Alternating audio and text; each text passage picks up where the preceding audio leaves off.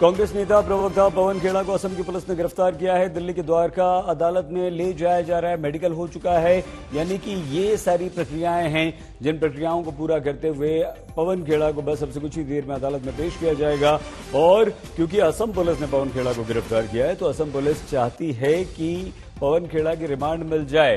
अदालत पवन खेड़ा को रिमांड दे दे, फिर उसके बाद जिन धाराओं में पवन खेड़ा पर मुकदमा दर्ज हुआ है, एफआईआर दर्ज हुई है, असम ले जाकर वहां पवन खेड़ा से पूछताछ की जाएगी। दिल्ली के दीनदयाल उपाध्याय में पवन खेड़ा का मेडिकल टेस्ट करवा लिया गया है। और इसके अलावा भड़की हुई कांग्रेस ने सुप्रीम कोर्ट का भी रुख कर दिया है। वहां पर कहा कि पवन खेड़ा की जो गिरफ्तारी है वो गलत है। कई राज्यों में पवन खेड़ा के विरोध में केस दर्ज हुए हैं, सबको जोड़ के ना देखा जाए, पवन खेड़ा की गिरफ्तारी पर रोक लगाई जाए। तो दो खबरें हैं। पहली, ये दो अदालतों में इस समय हलचल है। पहली, दिल्ली की द्वारका अदालत में जहां असम की पुलिस पवन खेड़ा की रिमांड चाहती है, और दूसरी सुप्रीम कोर्ट में जहां कांग्रेस ये चाहती कि पवन खेड़ा को गिरफ्तार न किया जाए। तो हमारे साथ द्वारका अदालत और सुप्रीम कोर्ट से हिमांशु मिश्रा और संजय शर्मा, दोनों हमारे संवाददाता लगातार बने हुए हैं, क्योंकि द्वारका अदालत में हलचल ज्यादा है। वहां पवन खेड़ा को लेकर पहुंच रही है असम की पुलिस, दिल्ली पुलिस साथ में है। हिमांशु, अपडेट। देखिए, यहाँ पर इंतजार हो रहा है। सच बताओ तो आपको यहाँ पर देखिए जो सिक्योरिटी आप देख सकते हैं तमाम, क्योंकि ये कोर्ट बंद होने का टाइम है आमतौर पे, लेकिन उसके बावजूद यहाँ पर आप देखिए किस तरीके से पुलिस की सुरक्षा है। मेन गेट पे तमाम मीडिया यहाँ पर बाहर मौजूद है। जब पालम थाने से लेकर के पुलिस की टीम निकली, तो पुलिस की टीम में दोनों स्टेट की पुलिस थी, असम पुलिस भी थी, जो आईओ जो लेने आए थे वो भी, और साथ साथ दिल्ली पुलिस के अधिकारी भी थे। उसके बाद सबसे पहले, चूंकि ज्यूरिडिक्शन जो पालम थाने उसका ज्यूरिडिक्शन ये द्वारका कोर्ट आता है, लेकिन एक प्रक्रिया है जिसके तहत पहले मेडिकल कराया जाता है। तो उसके बाद पुलिस की टीम जब निकलती है थाने से, तो डीडीओ हॉस्पिटल जाती है, वहां पर मेडिकल कराया जाता है, और मेडिकल कराने के बाद हिमांशु, संजय कुछ कह रहे हैं। हिमांशु, दोबारा तुरंत आपके पास आते हैं। संजय, अपडेट बताइए।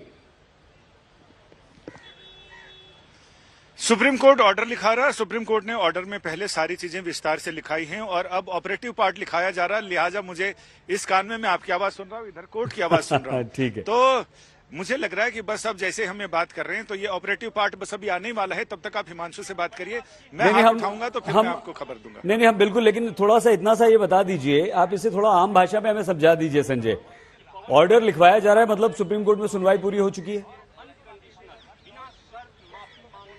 सुनवाई पूरी हो चुकी है। ऑर्डर काफी हद तक लिखवाया गया है। उसमें शुरुआत से जो अपराध जो आरोप हैं, एफआईआर की पूरी डिटेल लिखाई, किन किन ने क्या क्या कहा, वो सब कुछ लिखाया है। कौन कौन सी धाराओं में एफआईआर दर्ज की गई है, कहां कहां दर्ज करी, क्या उनकी अपील थी, क्या वो कोर्ट से रिलीफ चाह रहे हैं, वो सारी चीजें लिखवाई गई। एक डिटेल्ड ऑर्डर है। और अब सुन रहे हैं आप, कुछ और सुन रहे हैं? ये ऑपरेटिव पार्ट है कुछ। ठीक है, आप सुनिए, लेकिन संजय आप इशारा कीजिए, हम हिमांशु से बात करते हैं। जैसे ही आपके पास आ जाए, ऑर्डर आ जाए, वैसे ही आप बताइए, हम तुरंत आपके पास आ जाएंगे। हिमांशु, आप अपनी बात पूरी कीजिए जैसे ही ऑर्डर आता है। लेकिन बड़ी खबर इस वक्त की हम आपको यह भी बता दें कि सुप्रीम कोर्ट में सुनवाई पूरी हो चुकी है, और सुप्रीम कोर्ट अपना निर्णय बस सबसे कुछ ही पलों में दे सकता है। सबसे पहले हम आज तक पर वो खबर आपको देंगे, क्योंकि हमारे संवाददाता संजय शर्मा कनेक्टेड हैं। हमारा एक रिपोर्टर इस समय अंदर है। संजय देखिए, संजय का इशारा हो गया, बताइए संजय।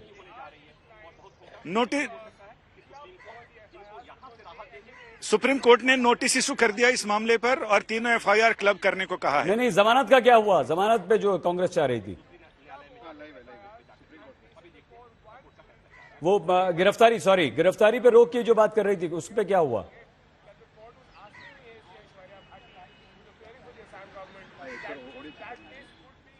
अभी तक की खबर यह है कि नोटिस इशू कर दिया है, तीनों एफआईआर क्लब करने का आदेश दिया है। तीनों एफआईआर की सुनवाई कहां होगी वो मैं भी सुन के बताता हूं। ठीक है, हिमांशु बताइए।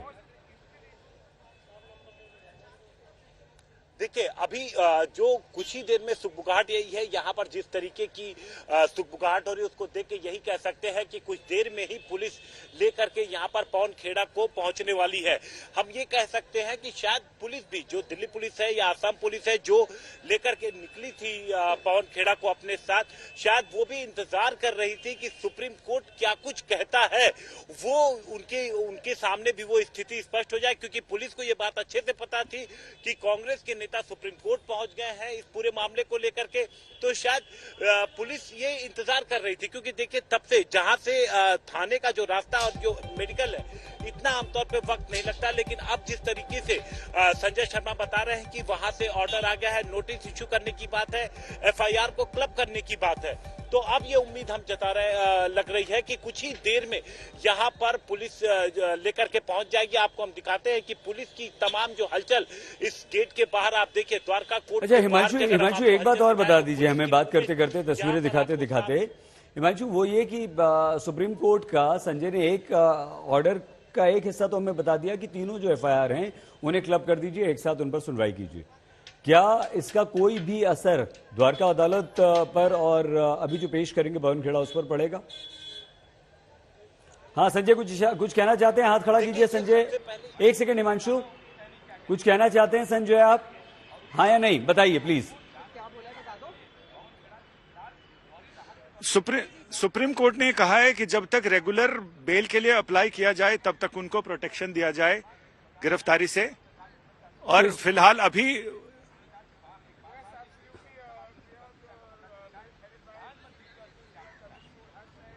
रेगुलर बेल के लिए अप्लाई किया जाए, अंतरिम बेल पे रिलीज करने का ऑर्डर दिया है सुप्रीम कोर्ट ने। जमानत मिल गई है कह सकते हैं? अंतरिम जमानत पर रिलीज करने का ऑर्डर दिया है और कहा है अंतरिम जमानत पर रिलीज करने का ऑर्डर सुप्रीम कोर्ट ने दिया है। सुप्रीम कोर्ट का कहना है कि जब तक वो रेगुलर बेल के लिए अप्लाई करें तब तक उनकी आम भाषा में जब सबसे ऊंची अदालत ने उनको अंतरिम जमानत पर रिलीज करने का ऑर्डर दिया है तो ये इससे आम भाषा और कुछ नहीं हो सकती है